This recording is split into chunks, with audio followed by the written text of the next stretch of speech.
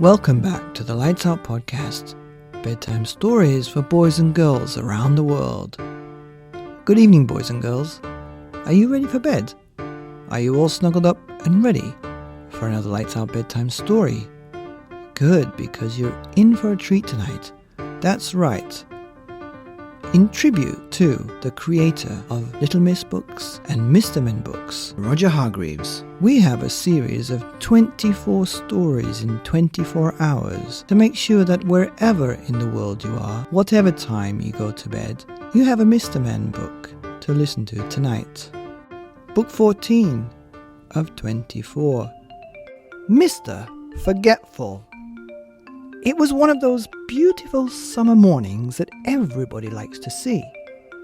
In Forget-me-not Cottage, the owner was fast asleep. Mr. Forgetful. He was having a dream. Then the sun streaming through the window woke up Mr. Forgetful. Oh! He yawned and stretched his arms and tried to remember what he had been dreaming about. But of course he couldn't, because Mr. Forgetful can't remember anything at all, ever. Mr. Forgetful got out of bed and went to wash his face. But he'd forgotten where the bathroom was in his house, and do you know what he did? He walked into the wardrobe. Silly me! He giggled to himself. Eventually, of course, Mr. Forgetful found his bathroom and washed his face. He even remembered to clean his teeth. Then he went downstairs to make himself some breakfast. He toasted some bread, but of course he forgot about it, and it was burnt. He boiled himself an egg, but of course he forgot about it, and it was hard-boiled. Mr. Forgetful has burnt toast and a hard-boiled egg for breakfast every day.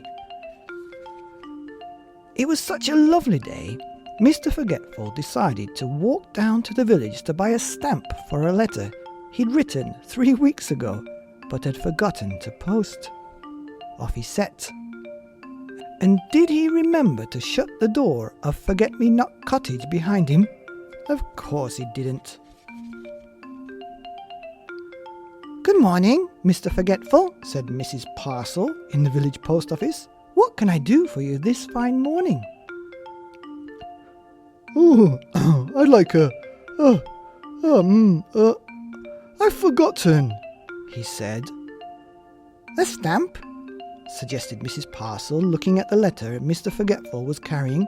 "Oh, yes, a stamp. That's what I was trying to remember not to forget," said Mr. Forgetful. Mrs. Parcel smiled. She was used to Mr. Forgetful. Mr. Forgetful had some more shopping to do, but could he remember what it was he was supposed to remember not to forget to shop for? Of course he couldn't. So he decided to go home. On his way, he met the village policeman going the other way. "Morning, Mr. Forgetful," said the policeman. "Will you give Farmer Fields a message from me on your way home, please?" Farmer Fields had a farm not very far from Forget-me-not Cottage. "Tell him there's a sheep loose in the lane," said the policeman. Poor Mr. Forgetful. He'd never had a message to remember in his life before. "There's a sheep loose in the lane," he said to himself, trying to remember the message as he hurried along. "There's a sheep loose in the lane. There's a sheep loose in the lane. There's a sheep loose in the lane. There's a sheep loose in the lane." Mr. Forgetful repeated the message over and over to himself. "There's a sheep loose in the lane." Eventually, he arrived at the farm and found Farmer Fields. "Mr. Fields," he said, "there's a goose asleep in the rain." Farmer Fields couldn't believe his ears. "There's a goose asleep in the rain?" repeated Farmer Fields slowly. "But I don't have any geese, and anyway, it isn't raining. Are you sure that was the message?" Poor Mr. Forgetful. He'd got it all wrong, and he couldn't remember how to get it all right. He simply couldn't remember at all. So, off he went home. Poor Mr. Forgetful. Mr. Forgetful walked away from Farmer Field's farm, feeling very sorry for himself. I wish I could remember things, He thought.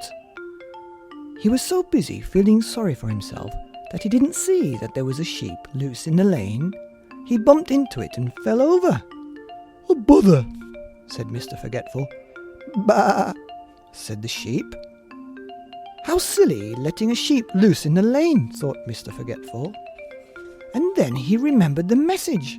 He jumped up and ran back along the lane to the farm as fast as he could. Mr. Fields, he called as he ran into the farmyard.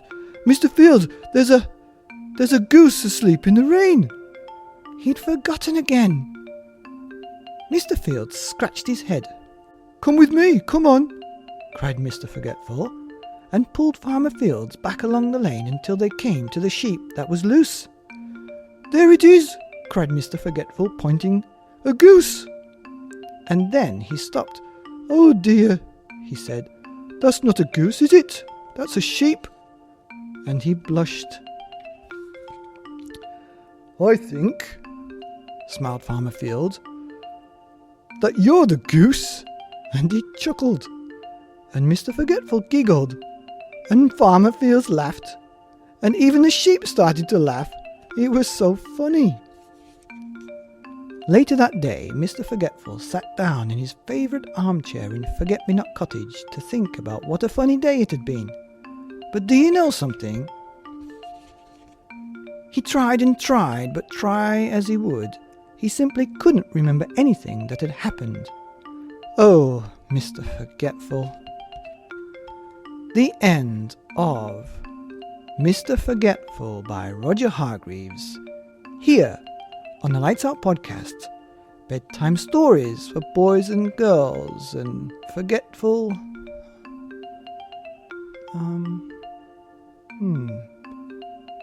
Can't remember. Around the world. Good night.